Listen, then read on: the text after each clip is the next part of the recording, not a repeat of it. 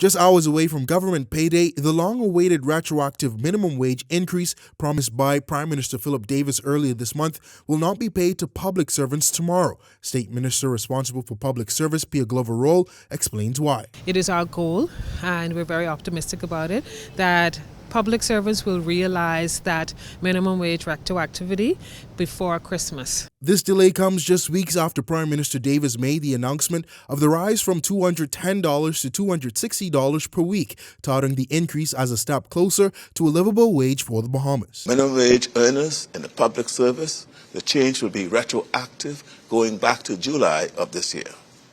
For minimum wage earners in the private sector, the increase will begin in a little less than 3 months, in January of the coming year, allowing employers time to prepare for the increased expense. The move triggered reaction from members of the opposition who called for special protection for employees in the private sector as an increase in minimum wage could lead to job cuts, an issue government says they are minded to avoid. The last increase in minimum wage was back in 2015 under the Christie administration. This new growth, according to Labour Minister Keith Bell, is to give Bahamians a better quality of life. First of all, it was $150 a week.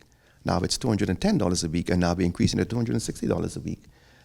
It's difficult to find Bahamians to work for $210 per week. With this in mind, Glover-Roll says authorities are doing what they can to facilitate the payments as soon as possible. It won't be tomorrow. Yes, we're still in the process of all of the necessary systems that need to be put in place between finance and the Ministry of Public Service. For response on behalf of employees that will be affected, Eyewitness News reached out to President of the Bahamas Public Service Union, Kimsley Ferguson, but he opted not to comment.